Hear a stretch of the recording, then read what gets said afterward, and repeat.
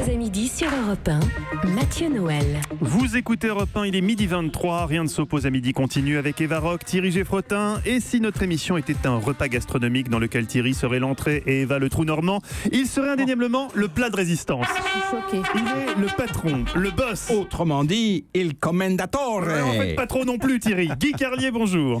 Oui, bonjour, je suis encore sous le choc du trou normand. Ah, vous merci. m'excuserez, Merci beaucoup. Ah oui. Non, je vais Aujourd'hui, manger Guy, après. une Ouais. question vous taraude. À quoi rêvent les enfants? Remarquez, vous êtes un expert dans ce domaine, puisque je vous rappelle que vous avez écrit le texte L'immortel chef-d'œuvre. Il n'y a pas que les grands qui rêvent. Alors, quoi qu'il en soit, Guy, dites-nous donc à quoi rêvent les enfants? Bon, ça y est, monsieur a terminé son numéro. Parfois, je me demande si finalement, pour vous, ma chronique n'est pas uniquement qu'un prétexte à vous la péter pendant le lancement. Enfin bon, allons-y. À quoi rêvent les enfants? À quoi rêves-tu, jeune qui nous écoute dans ce monde impitoyable? Quel idéal nourrit ton âme tourmentée?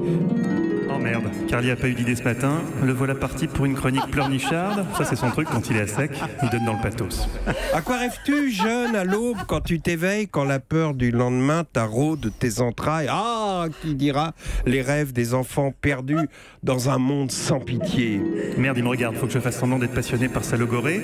Là, j'ai cru qu'il allait se rendre compte que je m'en fous complètement de ce qu'il raconte. Des mots, toujours des mots, encore des mots. Allez, surtout, donnez le change. Carlier est susceptible, hein. Il est capable de se vexer comme un pou.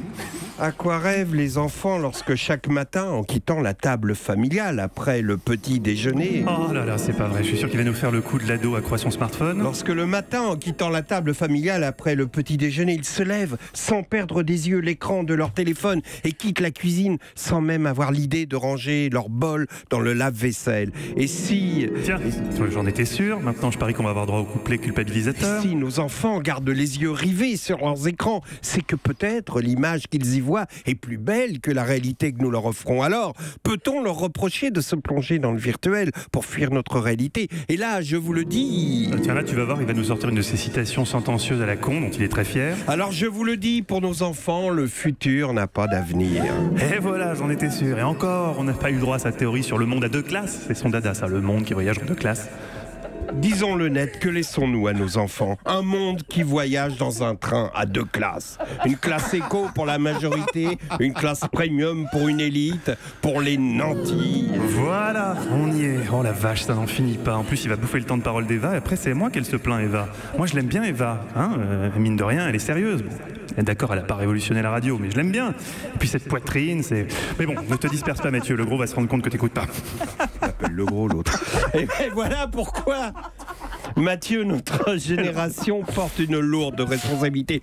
Nous qui avons eu la chance de vivre 3 décennies de prospérité aurions pu leur préparer un avenir radieux. Mais au lieu de ça, on s'est régalé. Qu'est-ce qu'il dit? On s'est régalé. Tiens, ça me donne faim. Je sais pas pourquoi j'ai une envie de truffes.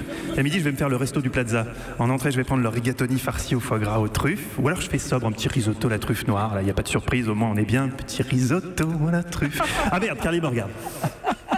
Bon, voilà, vous savez maintenant pourquoi j'ai peur pour nos enfants. On ne peut pas être chaque jour, Mathieu, dans la dérision et l'écume des choses. Il est bon parfois que certaines chroniques laissent une trace. Et je pense, Mathieu, que celle-ci en laissera une qui brillera longtemps au firmament d'Europe 1.